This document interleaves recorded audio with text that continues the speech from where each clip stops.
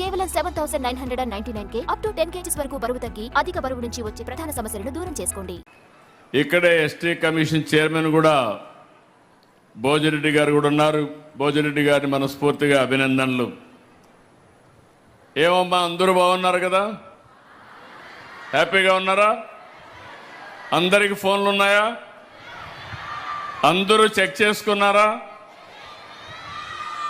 ఎంతమంది పిల్లలుంటే అంతమందికి డబ్బులు పడ్డాయా లేదా అని అడుగుతున్నా.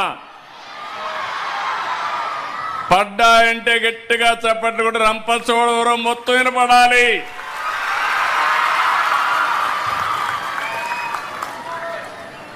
అది ట్రాన్స్పరెన్సీ, ఒక జవాబుదారితనం.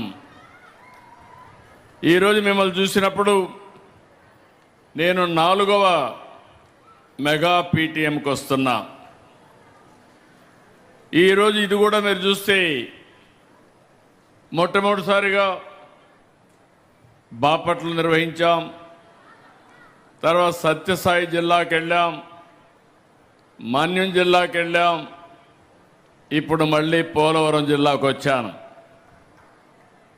4 సార్లు వస్తే ఒకప్పుడు నాకే అనుమానం ఉండేది, కానీ ఈరోజు నాకు కూడా ఒక నమ్మకం వచ్చింది. తప్పకుండా విద్యా వ్యవస్థలో మార్పులు ప్రారంభమైనాయి. తప్పకుండా దీనికి ముందుకు తీసుకుపోతాం. ఇప్పుడే మినిస్టర్ గారు అన్నారు, ఒక మాట చెప్పారు, తప్పకుండా మీకు మార్కులు తగ్గితే ఆయనకు కూడా మార్కులు తగ్గుతాయి.